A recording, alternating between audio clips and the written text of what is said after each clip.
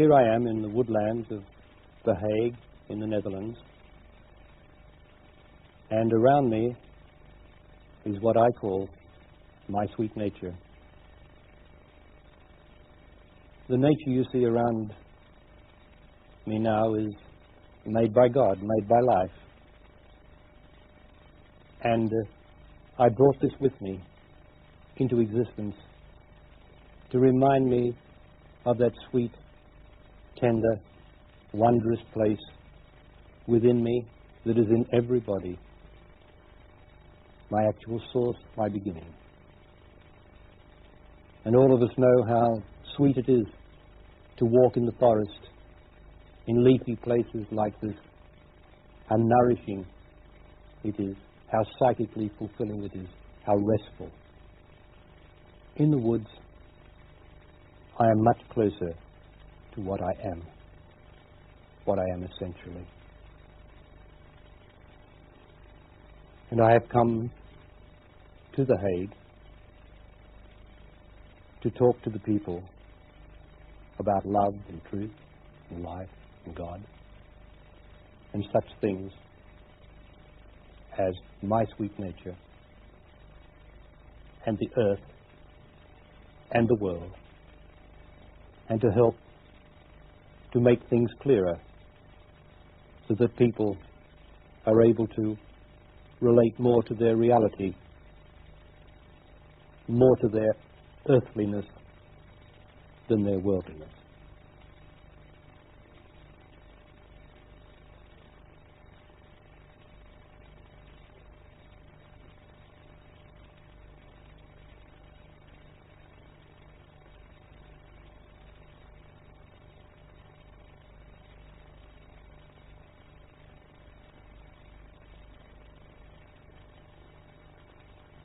Thank you all for coming. This is not a chat show. Perhaps I should say the difference between what we're doing and a chat show. A chat show is always talking about someone else or something else. This is an intelligent conversation or dialogue or talk together. An intelligent means we're going to talk about you and me. Life as it is for you and me, and in the experience of all us human creatures, in our own self-experience. That's what makes it an intelligent conversation. So I'm very pleased to welcome you, Amrita, psychiatrist and writer, Wim, who runs a bookshop in The Hague and has been helping me for some years, Lizette, a journalist, who also has been helping me, and all of you have been to my meetings, so you have a good grasp of what I talk about. So let's begin. Okay, Barry. I just have a question about your teaching, and it is the part that you call the self in the people. Is it possible for me to define the self, what it is all about, and what it contains? Yes. So, there is the self, and there is me.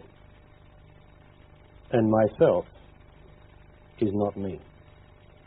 This seems to be the most misunderstood area in people. Everybody thinks they are themselves. They use the word me, but they never think of me being me. Now, I think the best thing I can do to define the self is to give you a model. But first of all, I will define it so that everybody can recognize their self in their own experience. Now, where I come from, within me, the self consists of pain, emotional pain. It consists of all the pain that I have ever suffered since I was born. And pain is always recorded in emotion. And that emotion is self. You will hear it said that there is a higher self or a lower self, but to me, and in everybody's experiences I will endeavour to show it, all self is pain and ignorance.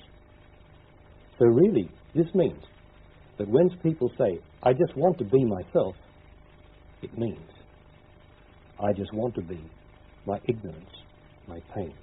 And of course that's ridiculous. Nobody wants to be that. But that's where our society and civilization is, in its lack of self-knowledge.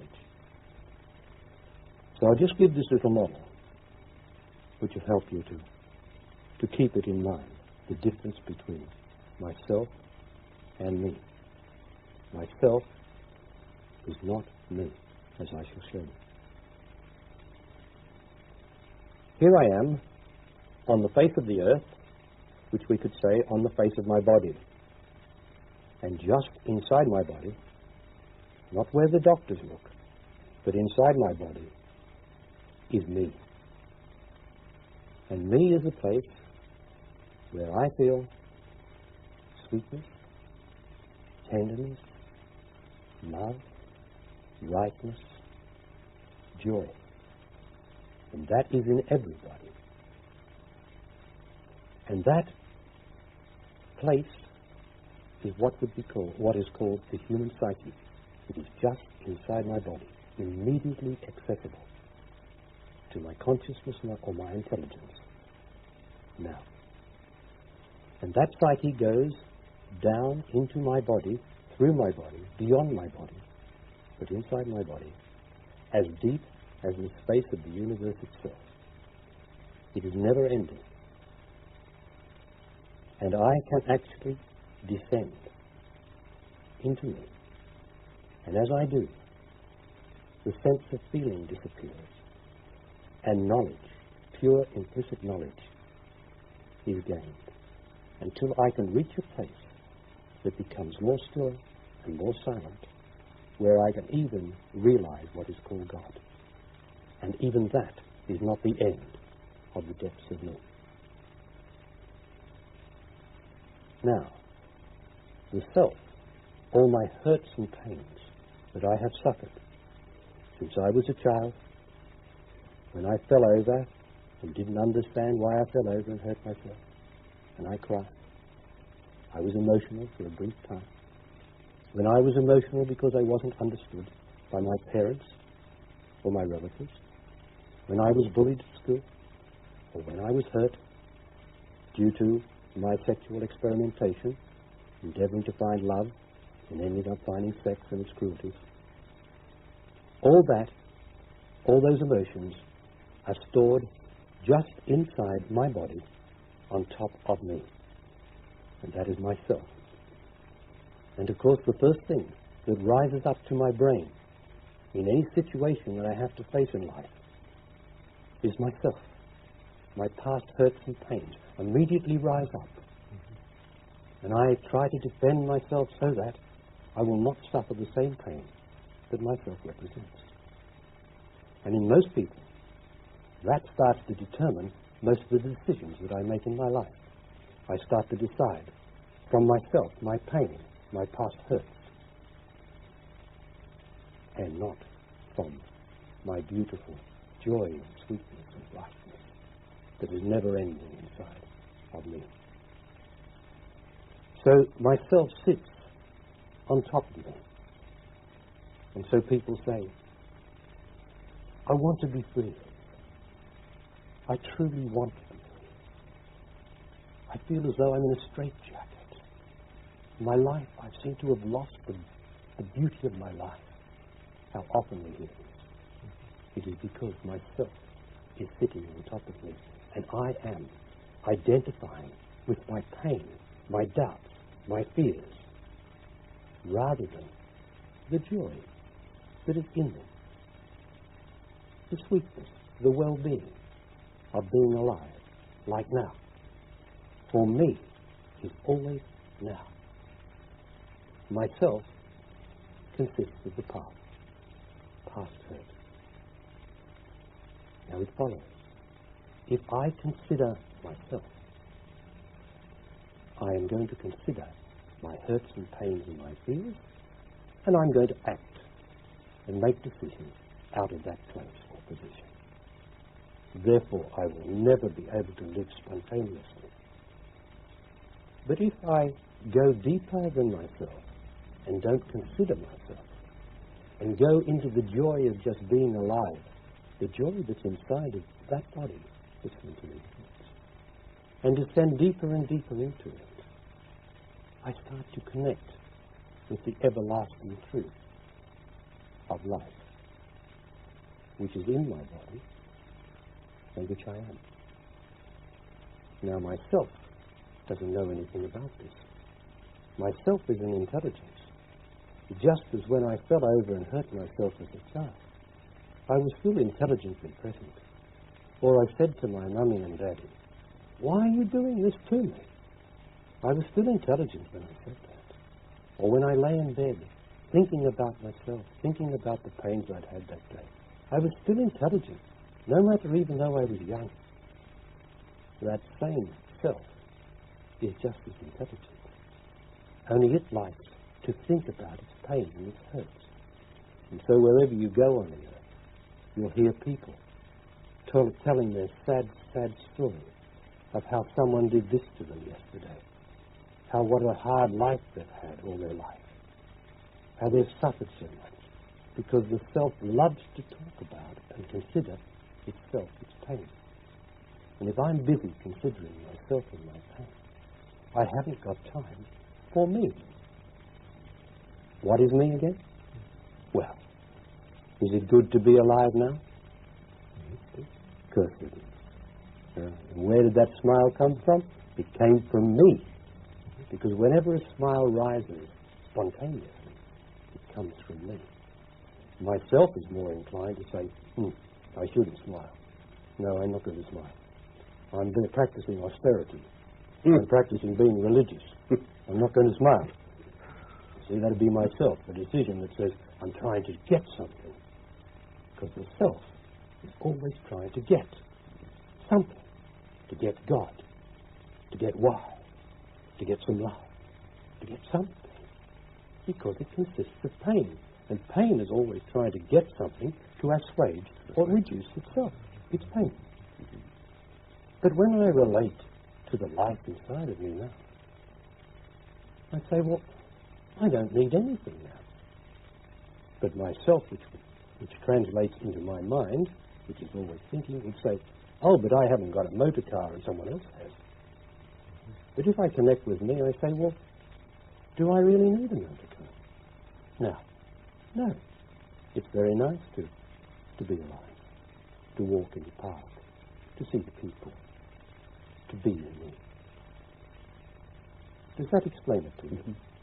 Yes, it explains a lot. Yes. So it seems that because of my experience, I'm disconnected with me. That is so. You could call it like that. That is so, yes. And Lisette? What about the positive emotions, such as joy, gratitude? Is all that also self?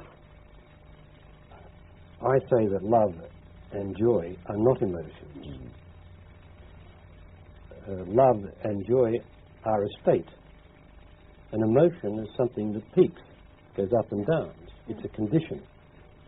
And a condition is not a state. A condition is always a part. And a state is a whole, a continuum. If I say that if anybody is me, meaning in their own body, they will feel the state of, say, well-being. For it is good to be alive. And that's a definition of well-being. When I feel, oh, it is good to be alive inside of me, then that's the state of well-being. It doesn't have any part to it. It's just there. It's a state. With no excitement in it. You could call it the joy of well-being. Or I could just feel the joy of life. Now, this joy doesn't have any object. I'm not joyful because I've won the lottery. I'm not joyful because I'm going to a party. That's all partial joy, exciting joy. That's emotion. I get excited because I'm going to a party. There's a tendency to go into emotion there. This joy of me, of being alive, is an evenness that is always there. And what the self does, it looks for peaks of excitement, peaks of joy, peaks of love, to love somebody. Now, it is beautiful to love somebody, but it does represent the possibility of emotion because it means I'm loving an object instead of feeling the love within me first. If I can feel the love within me first, the joy, the state of equilibrium, of well-being and joy within me, then I am better able, equipped to love somebody. But if I only love somebody first, I will start to rise in an emotion of excitement and attachment, and sooner or later they are going to die or leave me, and I will know what is called heartbreak. What about being moved in the sense that, for instance, often when I read in one of your books or listen to one of your tapes, I'm being touched so deeply that I'm moved so deeply that it brings tears into my eyes. What about that? That brings you in touch with the state of love that has no object within your body. Now, when you connect with that, it is such a beautiful place that the part of you that is unhappy, the self, because you're looking down to the state, and because you are responsive to that state, you weep with a beauty, with an acknowledgement that this is a sweet and wonderful place. And all my books do is reflect that place in you too, so that you then, the part that would be painful and tense, gives up and says, there is a beauty. Oh, how beautiful it is. How beautiful. And that's when the self, the pain, the attention of the pain, starts to turn inward. You get this arising, the sweetness, and the tears arise as you acknowledge a place that is not myself. For anyone who has ever had a religious experience, and I'm talking of religion in the sense of self-knowledge, will always say, it's so intimately personal, and yet it wasn't myself. Of course it's not yourself, it's me. It's that beautiful state available in everybody, which everybody contacts and lives in so often, but then their self or their mind comes across and doubts it, or accentuates their unhappiness and pain, and they want to talk about how unhappy they are instead of how good it is to be alive now. What would you like to say? Oh, just one more question about this point on me. Do you basically equate it with being? To be deeply into me is to be in the state of being. Indeed, Amrita. That is really, and that is consciousness itself, which is the joy. Yes. Although in being, because me is infinitely deep. Yes. The joy, which can be a feeling, gradually disappears as a feeling, right, and becomes an implicit knowledge. Right. And then I can say, as so many people will say, I know I love you. Often when they say that, they will not feel love. Right. Many people say that. I know I love you. Mm-hmm. That's implicit knowledge. For this love that I have for somebody, its source is me. And that source is knowledge. I just know I love you. So yes, and that comes from the state of joy, love, and then deeper into consciousness, and then into being, and then consciousness disappears in being because there's nothing to be conscious of. Right. And there's no I to be conscious. So I'm just in a state of being. And everyone lives in the state of being. When they walk through the park or down the street, and they're not thinking about anything, and they see the sky, and they say, what a beautiful day. That's the state of being. That is being. There's no interpreter, no monitor, no thinker, because you don't have to think about a beautiful day. As soon as you think about it, the beautiful day is gone. You're in the past, because we can only think about the past. I always had the feeling that that state of being you're talking about, you have the quality of presence in it. Is it just an absence of everything? Yes, presence that you speak of, this state of being has, is actually a state of absence. It is an absence of myself. Yes, I can imagine that. I'm always seems to wait that there's some more state of That's quality of vibration. I don't know how to call it. Yes, some positivity is what you're looking Something for. like that. Now me, as I go deeper and deeper into me, beyond myself, I lose the positivity. I start to go into negation, which is absence. I go beyond yes and no. I go beyond good and bad. I sink into absence. And absence is the place of presence. Then I am presence, not as I and not as me. Both have disappeared. I am then like an empty, I am a shell. Such as if you look at me now, I am a shell. I am precisely what you see. The form of a man. But do you know there is nothing in him? There is nothing inside of me. And if you looked into me there in that body, listening to these words, you would, if you don't consider yourself, you would see the same thing. There is nothing in me. And when there's nothing in me, I am free. How can I be sure?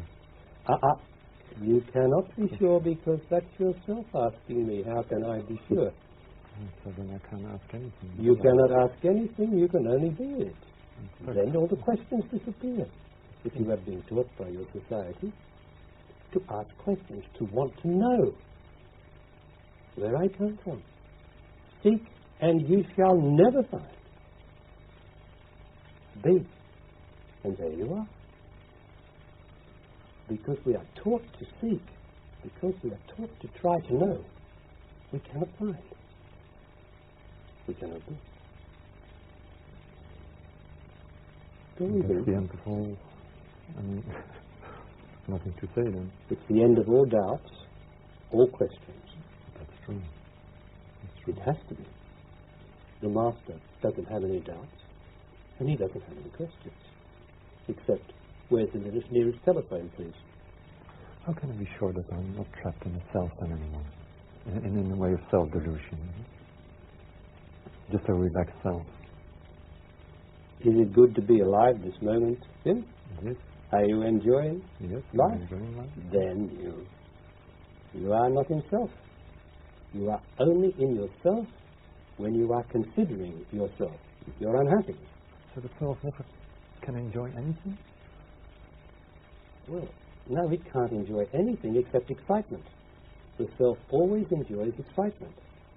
And excitement always ends in a peak. Yes, like a good night out and a good party, isn't it a pity it's over? So as soon as the party's over, like the children say. If we've got to go home, and they start to cry because they got excited. Whereas the mother and father should have told them, look, life consists of going and doing things, enjoying them while they're there, and then immediately, as soon as they're finished, know, that was good. No need to go on. As soon as something's finished, just wait with experience. Something will come to them. But we teach them to get excited, and then to reach a peak where somebody takes it from them, or it ends where they get disappointed. Now, self-consideration.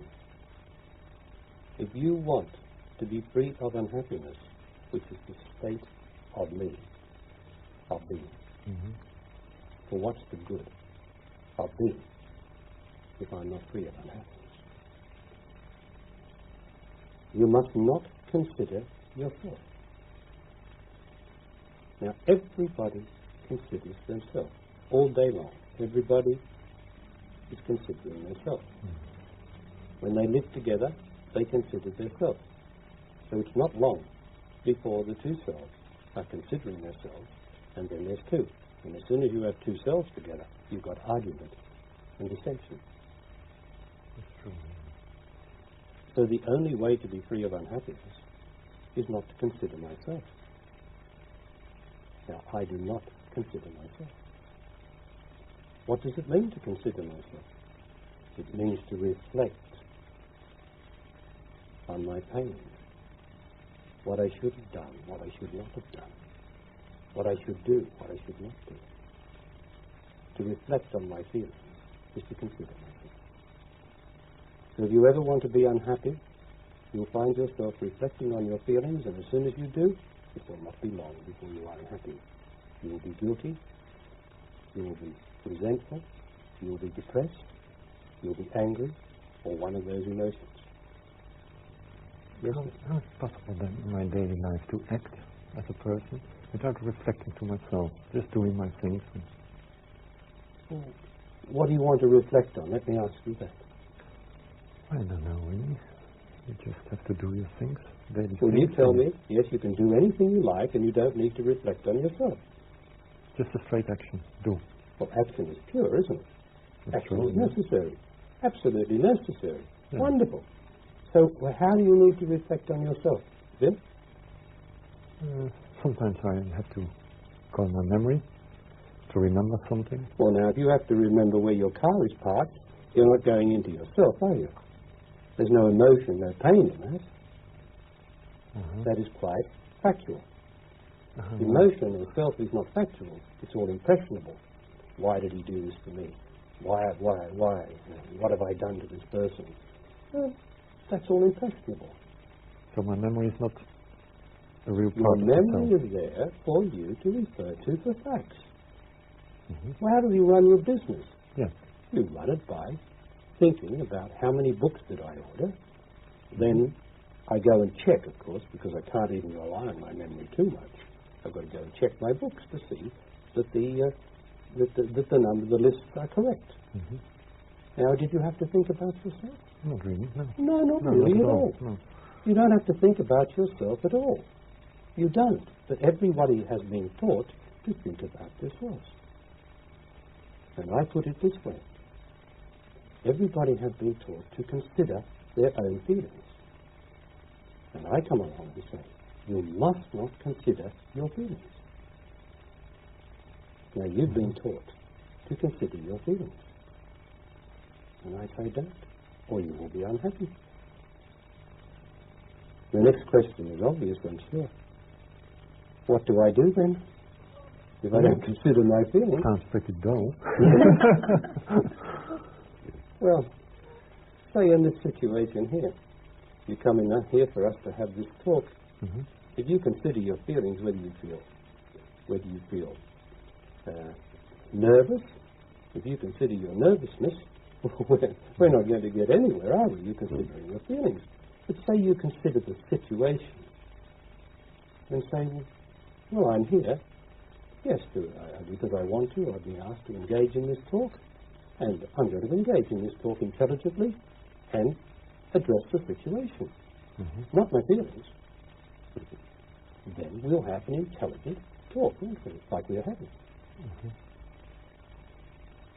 So when people come and get stage fright and nervous, it means that they're considering themselves, their past failures or their past possibility of failure. Mustn't do that. You walk into the situation, being true to the situation, not true to yourself, which is the past, and you be true to the situation, which is always straightforward, like crossing the road. You must be true to the situation crossing the road. mustn't you? Mm. If you're busy with your feelings, you might get knocked over. Barry, the first time I heard you say, I am the master of the West, I remember it created a slight rebelliousness in the speaker. But it was a very important statement.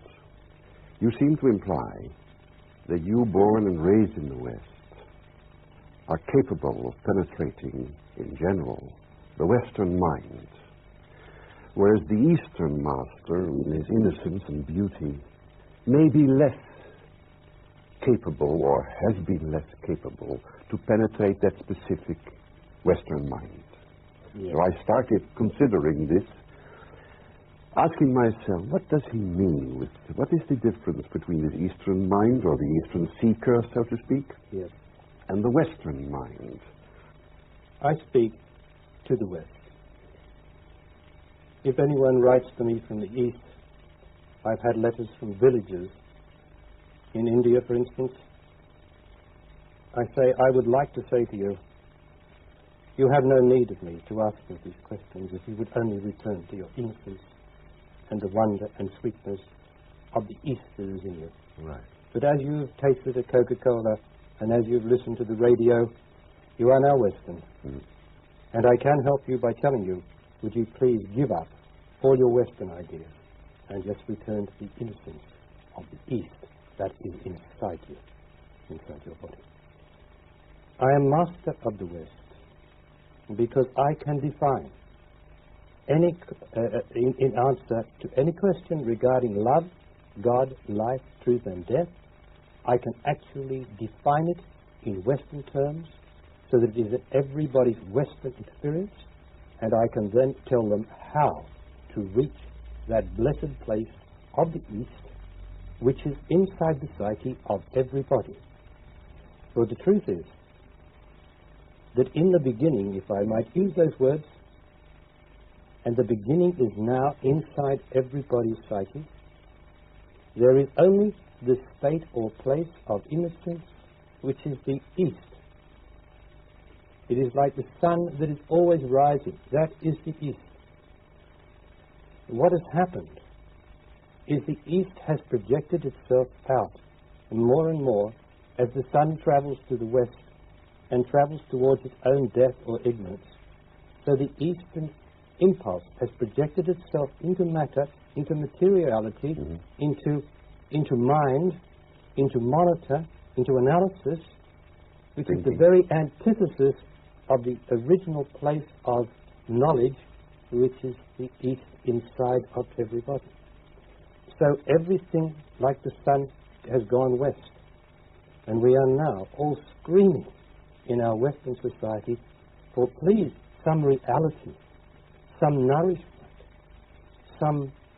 something to live for, rather than to live at. And that's so.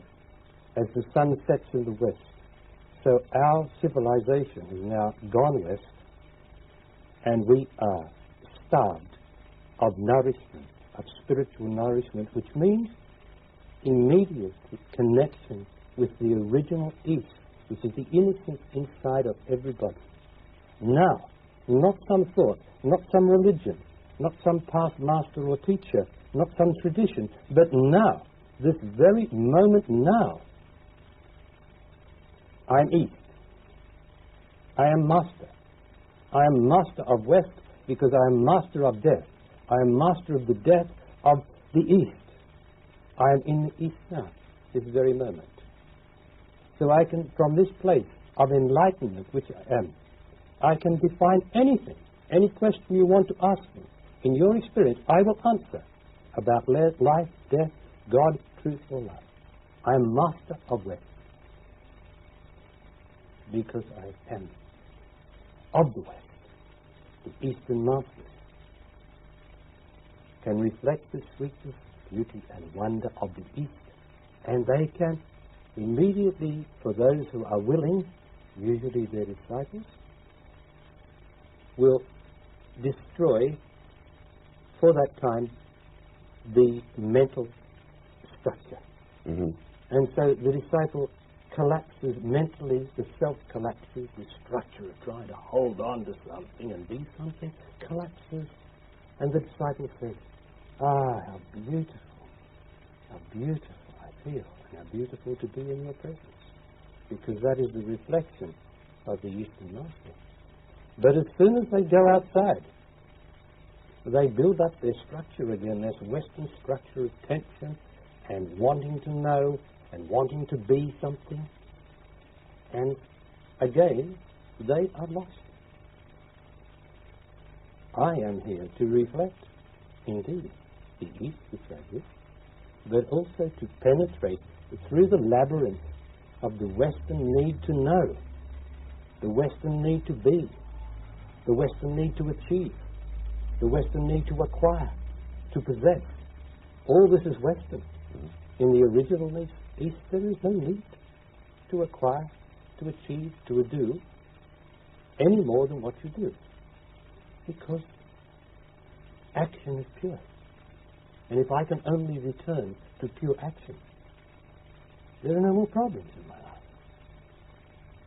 But you know, it is the Western way never to take action. Never ever to take the fundamental action. Everybody is running around taking the secondary action, but never the fundamental action. What is the fundamental action? The question is, why are you unhappy? If any man or woman on earth is unhappy and they come to me, I say, why are you unhappy? How dare you be unhappy? What are you unhappy about? Tell me. Tell me. They say to me, I want love. Or they say, I'm sick of myself. I say, would you please be specific? Don't give me any of that nonsense. Why are you unhappy now? And it is because the West will never face that problem. They will always nip off to the movies, have a drink, do something exciting, take a drug, instead of saying, why am I unhappy at this moment, and what am I unhappy about?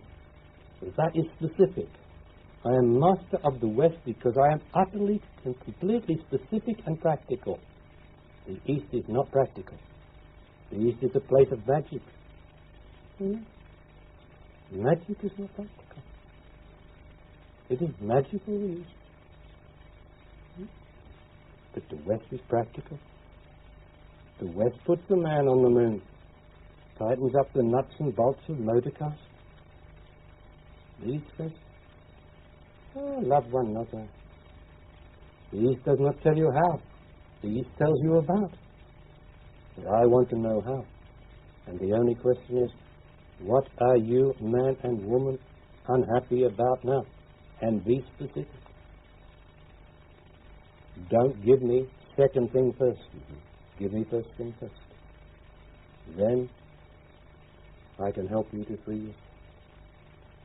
If the Western mind, or Western man, is very worldly, into the other, oriented towards the other person, heaven is in your arms, so to speak, which the Eastern man may be less inclined to say, then you're saying that's why the Western man, being so much involved with the other, has to clean up his act.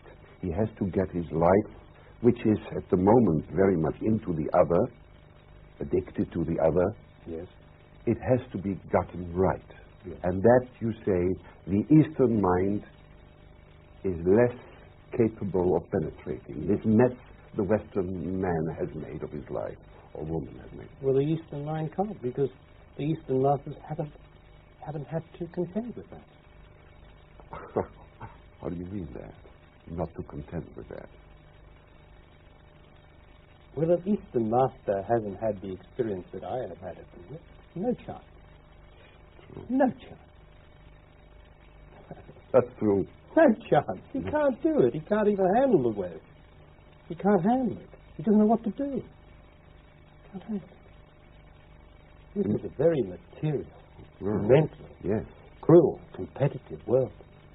So Ramana Maharshi, when he would be suddenly sitting in New York, would not know what he would get back to his mountain. As fast as he could.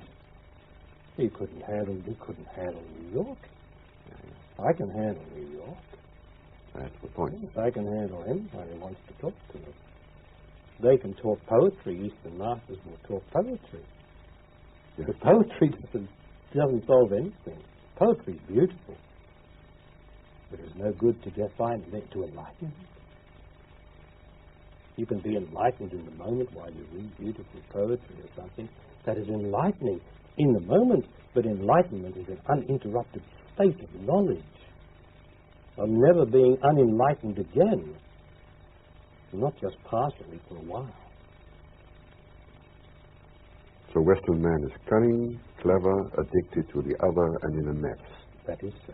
And you, as a man of the West, who has gone through the experience of the West, is more capable of penetrating that mess. I know all these tricks. Every one of them. Because I know myself. I am he whom I deal with. I am he. You've gone through. Every man is myself.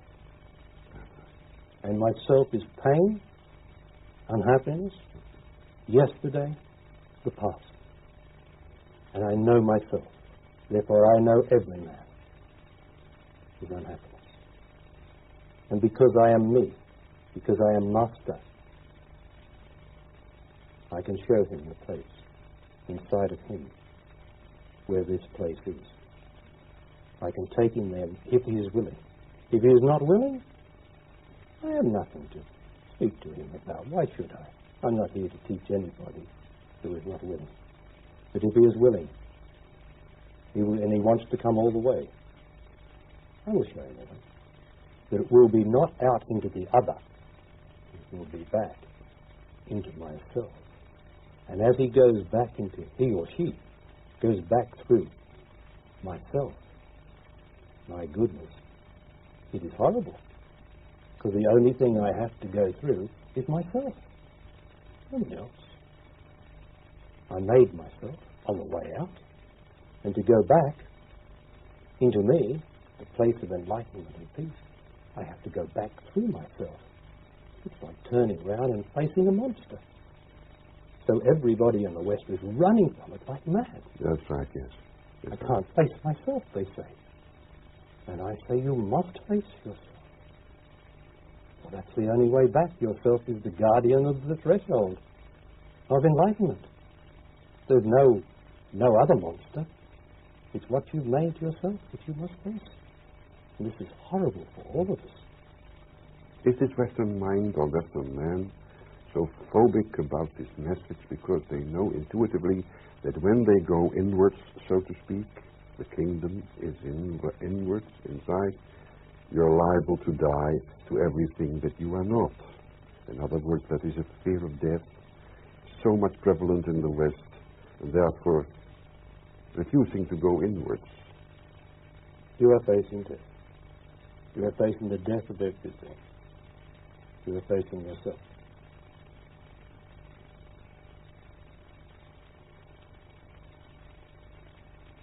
Thank you for the beautiful clarification of the Eastern Master and you as a Master of the West.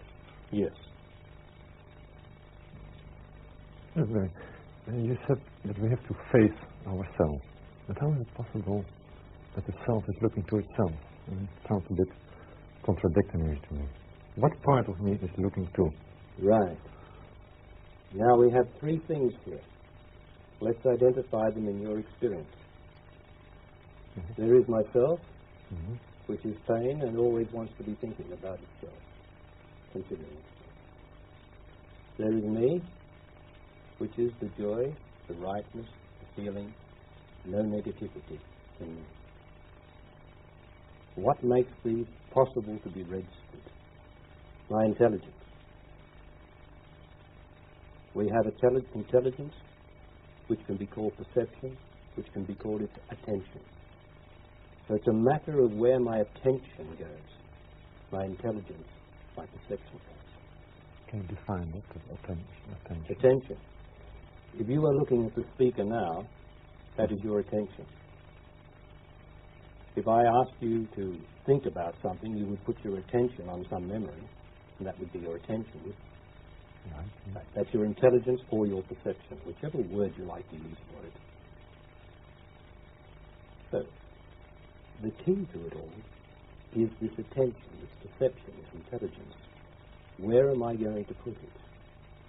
Am I going to reflect, because that means putting attention back on myself, my feelings, my pain, or am I going to put it instantaneously into the joy of life that is inside of me now? And go straight to. And go straight into now. No past, because you can't have any joy in the past, because that will remind you of self, of yesterday, and then you will start to think about the past, and you leave the present, which is now. You can't hear a bird sing yesterday. Sure. You have to hear a bird sing now with your attention. You've got to register it. Because if you're thinking about how unhappy your life is, your attention is not going to hear the bird. Your ears might hear the bird, but it won't be registered by your presence, which is your attention. So if I walk through the park, attending on me, the life within me, that is immediate and present now, then all my senses are open to what is happening now. And I will hear the birds. I will feel the breeze. I will see the flowers, and I will see the people. Mm-hmm. Because my attention will be immediate, present in my senses. Whereas if I'm out of my senses, which means to be a bit insane, I will be in my mind thinking about the past, what I'm going to do, or what I did do, or what somebody did to me. Then my attention is not present. So the more I'm capable to be just here in the present, the less self I will develop. Absolutely. And there's only now. Now, if I am unhappy about something and thinking about something instead of being present now, the question is, what am I unhappy about in my life? That's the honest question, isn't it? Mm-hmm. Mm-hmm. What am I unhappy about? If I will only address that, I will then be able to say, yes, I'm unhappy about this, and I can take some action. It's always so that the thinking process starts when I'm unhappy, only then?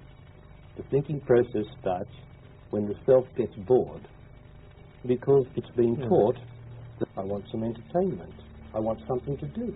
My attention, which has been focused on myself all the time, most of my life, wants something to do. So, the spiritual life is supposed to be about putting the attention on something inside which is so subtle that it's not exciting at all. So my attention that's been on myself gets bored with that. And I have to refine my attention so that it becomes so subtle that it's able to be on me, the subtlest of the subtle, and not get bored. Now that's the spiritual life, isn't it? Yeah. Thank you. Can I ask something about this East and West business too, Barry? Yes, it is. Well, because many concepts and religions and philosophies from the East are extremely popular in the West right now. And one of them, a very important one it seems, is Tantra. There are Tantra workshops, and well, I have attended some of them, and now having been introduced to your teaching, I see that they are almost totally opposite to what you teach about sex and love. Could you talk about that? Yes. Sex and love. There is no need to go to any tantric workshop unless you want to engage in sex. To love a man or a woman, and I have to speak for man, to love a woman means that I give. I'm not experimenting. I give to her. Love gives, sex wants. Tantric workshops want to achieve something. They want to be free or they want to experience. Now, love is a state of giving. So in the West, the thing is not to learn how to make love or to experience making love at the tantric workshop. The question is, why are you unhappy that makes you want to have to go to a tantric workshop? Why? Does it not mean that you are afraid to love an ordinary woman? Because that's what it does mean. There are lots of women out there. All you've got to do is love one. Give. You don't need any so-called tantra then from the East. Because tantra coming from the East is an excuse for the West to get onto its favourite subject and activity, which is sex. There is no need for tantra workshops. It's just a matter of man loving woman. Any woman that he's with. The one thing that the Western world will not do, Western man will not do, is love the woman that he's with. He goes by his feelings. He's been taught to go by his feelings. And all his feelings are sexual. Although underneath his feelings, of course, there is this rising from the depths of me, the rising of the joy and the love and the need to help to make woman beautiful and pure. For that is what man's love is for. To nourish her and to make her the woman that she is, not the woman that she's trying to be in the Western world. All he's got to do is love her. All he's got to do is say, what can I do that I am not giving you? What can I do to make you more beautiful, to get the emotion out? And the woman's role is to say, what can I do so that you can be more of a noble man and a beautiful man, because I have much to give you in you. What can I give you? Instead of that, I demand from you as man and say, you're not giving me this, this is what I want. Woman says to me emotionally, I want this, and we are fighting between ourselves, our unhappinesses, instead of responding from the depths of me and saying, what can I give you with that? Now, if you want something from me with that is a demand, I would say to you with that, I cannot give you that. I can only give you my love, my straightness, my honesty. That's all I have to give you. If you want something like you're asking for or demanding, you'll have to go somewhere else. I cannot give you that. Or you would say the same to me as man, as woman. You would say that to man, if you were honest. But we in the West have not been taught to be honest. We have been taught to be dishonest. And so we address each other from ourselves instead of from the depths of you. Can I make it any clearer, Lisette? Well, I have a different question. All this is about a man and a woman living together and having a love life. What about me? I'm a single woman right now and have been for some time. What can I do to purify myself? Everything is right as it is. So if you do not have a male partner now, then that is right. And you must rest in that this is right. So, the thing about the ordinary life is to give. If I do not have a male partner as a woman, which often happens for males and for women, what can I do is your question. Give. What have I got to give? You have your sweet nature to give. Like I have my sweet nature as a man, say I did not have a partner. What have I got to give? I will give my sweet nature wherever I go. I don't mean my sentimental nature. I don't mean my kind nature. I mean just to speak to man and woman from the place where I come from. Not to give you my unhappiness, not to give you my sad story about how so-and-so did such and such to me, or how I'm so sad today, so depressed today. That's not my sweet nature. My sweet nature is in everybody. It's a lovely day.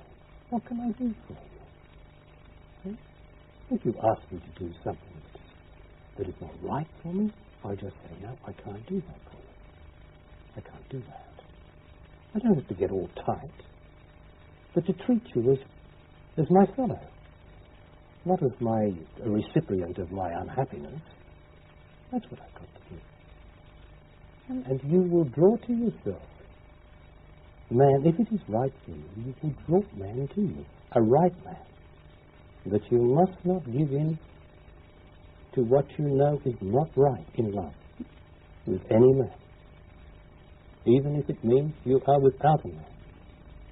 You must not think, when you're without a partner, I'm missing out, time's running on, I'm getting older. No, no, no. You must continue to give my sweet nature wherever you go. And sooner or later, you will draw to yourself a man worthy of your sweet nature. Then, of course, it begins again. When you do draw him to you, what do you do then? Do you want me to say?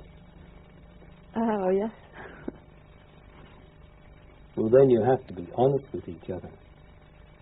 And you have to use the situation. Again, you've got to be true to the situation. What is the situation? The situation that is man and woman are together to enjoy their life together. Otherwise, why are we together? Well, it's not enjoyable. But because we have been taught to live by our feelings, which is ourself, we will address each other as selves much of the time. Or our self will rise in the situation and demand something for itself. If it rises in me, that will upset you. If it rises in you, that will upset me. So I have to be vigilant and get rid of this self out of me, which would spoil us being together. And how do I do that? I have to be honest with you. If I wake up in the morning moody, and I get out of bed unable to look back and smile at you or give you a kiss or take you in my arms, you can bet your life that I am considering myself. I'm deep in myself. My past hurts, so I'm moody. Then I would give you the right to say to me, why are you moody, Pat? And it would be my honesty. I would demand honesty from myself to say why I was moody. And as soon as I say why I'm moody, the mood starts to disappear, because mood can only exist in dishonesty. Which is the Western way to avoid the first question. Always to give a nice excuse, which is to address the second question. And what exactly is wrong with sexual experimenting? Why is that not compatible with love? Because again, it is trying to get. It is trying to find out. What is sexual experimentation? Say I am a boy and you are a girl, and we're 14 or 16, whatever we are drawn together. It should not be an experimentation as such. It should be that I love the smell of you, I love the feel of you, I love the touch of you. And if I had been brought up rightly by my society and by my parents and my teachers, I would have been taught that woman is a beautiful thing, and it is the most glorious thing on earth for a man to even stroke her shoulder and to touch her. To smell her is the most beautiful thing. For man loves the smell, the psychic smell of woman. And I would have taught my son how to smell her, just to kiss her, to touch her hair. So he would be prepared for when this movement happens in him towards woman. He would already know it was a great privilege. So when he first reached out for woman, he would know what he was doing. He wouldn't be experimenting. He'd already know, yes, I do know the smell of woman, because that's why I'm attracted to this girl. And there would be a respect and an honouring and a love in it, and not a hurry, which is sex, because sex is always going for the genital area. Whereas, indeed, that's how we express our love finally, but what about the smell of her? What about the touch of her? What about the strength of his arms that she must feel around her, and how comforting and beautiful it is? Those things. We don't teach our children that, do we? No. So it begins with a dishonesty or an ignorance. And unless I have prepared them for that, they're going to go for the genital excitement, which is sex. If it is not embracing of the other that I've spoken of. In those Tantra workshops, as far as I know, a lot of fuss is made about fantasizing. Fantasizing is being advocated as a good thing, a thing to enrich yourself with. Yes, I've seen this wherever I've gone around the world, and in magazines and advice and teachers. Yes. And as you know, I say that fantasy is the cause of all of man's unhappiness, and therefore woman's unhappiness. Because man, while he fantasizes, can never love her. For he has a phantom woman. If he fantasizes, there are three of you. The phantom woman that he's fantasizing about, and you, the real woman. So if he tries to love you through a phantom, you are going to be psychically disturbed by that. Oh, he might get away with it, or seem to get away with it. But you will be psychically disturbed, and that will make you emotional, because he is not being true to love, true to the situation, which is to love you, without having to go through some fantastic realm. What about women's libs, Barry? You say the new world will be not man's world, not woman's world, but love's world. But how does woman have to liberate herself to reach this? Woman must be in command of love. The Western world is the world of sex. And of course it is right through the East and everywhere. The whole world has gone west. It is a sexual Western world. Woman is the custodian of love. Man everywhere is possessed by sex. It has possessed him, just as the West has possessed the world. The only hope is woman. She's in a mess because she's so emotional that she can't speak straight to man and can't be in command of love. Woman has to first of all learn to be straight. Learn to know not to compromise because she's missing out or because she fears she's getting old, that she'll settle for sex. She has to say, like all the women that come to me, the ones that stay and listen to me have had enough of sex. It doesn't work.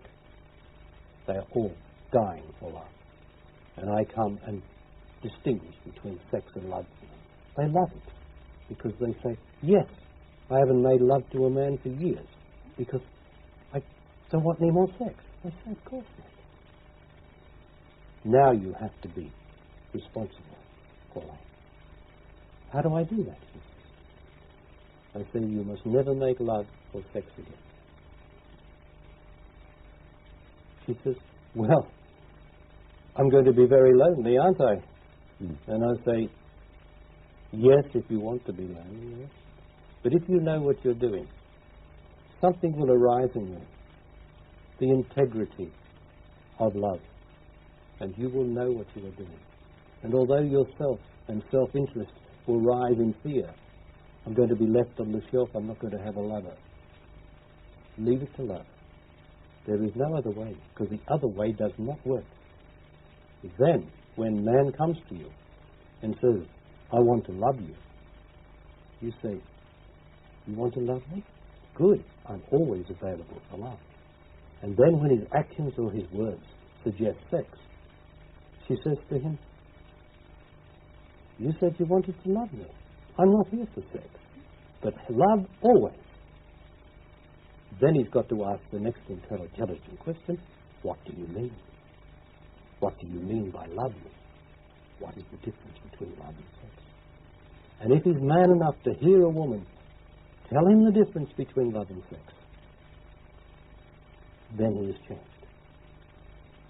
He'll give up his sexuality, his sexual fantasizing, and he'll then learn to love an actual woman's body instead of masturbating and fantasizing about some phantom woman. For that's all man's got to do, is if he finds a physical woman and they are attracted to each other, then love that body. Love it. Don't love some fantasy, because that will make her emotional. So the real woman's liberation is to liberate myself from the need for sex, the need for company, comfort, someone to screw in a new light bulb, that sort of thing, you know, to compromise. Yes, but there's no reason why you should not go anywhere. There's no reason why you shouldn't go to parties or go wherever. Yes. There's no reason why you should not do that. The only thing is that when man does not want you for sex, which does not last, which will always hurt you and break your heart and make you self-doubtful, which is what the idea of sex. Sexual man always wants to make you doubt yourself, woman. As soon as he can make you doubt yourself, you're putty in his hand. I've noticed that, yes. Yeah. But if you say, I am available for love, and only be available for love, then you are in command of love. And you won't be lonely. Because eventually, there are men out there who only have to hear from women what love's about, who are truly looking for love. There are men out there. But the West is so seized with sexuality, and the newspapers, and the magazines, and the letters urging women to masturbate, and all the rest of it. It's very, very difficult. These are difficult times for love, as you've noticed. Why are men always undermining women's self-confidence? Because that's the way that he can overcome her. Because she is love, and if she maintains being love, she will get rid of his sexuality, and he clings to his sexuality as a drowning man clings to a rope. He thinks without his sexuality, he's finished. So he'll always undermine her, make herself doubt herself, make love doubt itself, and then you get emotion.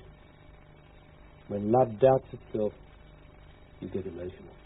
When love does not doubt itself and knows what it's doing, there is straightness, command, with a softness, a gentleness, an easiness, but a firmness that says, I am love, man. Don't try to play with me, with your sexuality. Love me, but don't try to play with it. It's finished. That's very beautiful to hear. But you do have to be valiant, Mm. and you do have to wait. But while you're waiting, keep your sweet nature. Enjoy your life. Amrito, is there anything you'd like to say on that subject, as I've spoken about man? I've heard you say that, and it becomes clearer now when you listen to you here, that when I am only the body, filled with nothingness, so to speak, only the senses, being present here now, that is love. Yes. And when there is a sexing and lusting, it is always self. It is selfing, sustaining self, reinforcing self. Yes. Is that as I've heard it? Yes, that is. It reminds me of a statement that I just heard some time ago. Someone said, talking about sex, it's the most isolating phenomenon. And then he said, sorry, it was Jiddu Krishnamurti who made that statement. You know, kind of embarrassed, he said to the audience, sorry, as if he didn't want to hurt their feelings. Yes. But he did say very forcefully, sex, in the sense of lusting, is the most isolating phenomenon. Yes. Can you clarify this a bit more? Because it's a beautiful statement. Is it a selfing? Sex is selfing, sex is thought. Sex Sex is thought. is thought about a sexual act or the female part, in this case of man. Right. That's all. Sex comes from thought. If there's no thought about sex, Yeah. There's no sex. You sure there's no sex? No sex No if I thought, don't no think about sex. it. No thought, no sex. Otherwise, here I am with woman, and Yes. we're attracted to each other. I don't have to think about or imagine anything. Here she is, and we're moved or attracted to each other, and we talk, and then we're drawn to each other. I don't have to think about sex, do I? No. I just make love with her if I do. No thought. You must never think about the sexual act. You must only participate in it, or do it, or hold a woman, or touch a woman. Right. Must never think about it. That's the error of the West. That's where the sex shops come from. Yes, of course. I remember once that a man in your audience said, "Yes, Barry, I've heard all this, but now my penis doesn't get into erection anymore because all this thinking about sex is gone." And then you said, just wait, because love will make that penis erect if it is necessary. Yes. Is that so? Yes, because there's a transition. As I Yes, pull yes. back from the projection of sex, Of sex, thinking, yes. projection, yes, pull back more and more. The fantasies, Yes. no longer to keep, because my penis is used to, or that part of my brain is used to sexual excitement, lust, thought, Thinking, yes. thinking. As I pull back from that, then my penis will not respond, it seems. Gets disoriented, as It you is said. orientated. And then, but after a transition period, I will start to come forward with more love and more control, in the sense, more command rather than control, of my penis. My penis will then be an instrument of love. It will have an extraordinary quality, which I call the tantric quality of pure love. For a man's penis is supposed to have the quality of God in it. So far, man has, using your Krishnamurti statement, has isolated his penis. Yeah. His penis is over there, and he's here. And then when his penis is in charge, it's in charge of him. He can't control his penis. The thing that man has to do in the West is to be his penis. He has to be, the whole body has to be his penis. Because the penis is a beautiful instrument of love. And so that when I approach woman, I am my whole penis, my whole body is my penis. So therefore, when I touch her with my hands, I am not an isolated part called penis. I'm the whole instrument of love. So I touch her with my hands, and it's delicious to touch her. Not to just go for the genitals like the penis would. And I smell her, and the whole activity of love is a total thing leading to the consummation of the penis entering the woman. It's a consummation, and it is supposed to change her. My penis as man is supposed to take the world out of her. For woman is the most delicate and finest of creatures, far finer than man. And she's really being loved. She is not supposed to be in a projected world. And the world is an enormous strain on woman, her sensitivity. And what is my job as her man, as her true husband? Is it to say, come to me and my love will take the world out of you, my woman. I will take the trembling and the unhappiness and the emotion out of you, the stress and strain of being in this world. That's what my penis is for. I will extract it from you. For where does the world that has made woman unhappy come from? Me, man. It is my word. I have put it into this beautiful creature of love. And now, as man of love, as Tantra, Master, when I love woman, I take the world out of her, back into myself. What a noble action. Greater love hath no man than to take the world out of his woman, back into himself. Sure. What else do they think love is for? And woman, what is she for? I am man. I am a terribly sexual creature. Man. I have a claw in me. Every woman knows the claw of sex in man. So what is her job? He says, I will take the claw from you, man.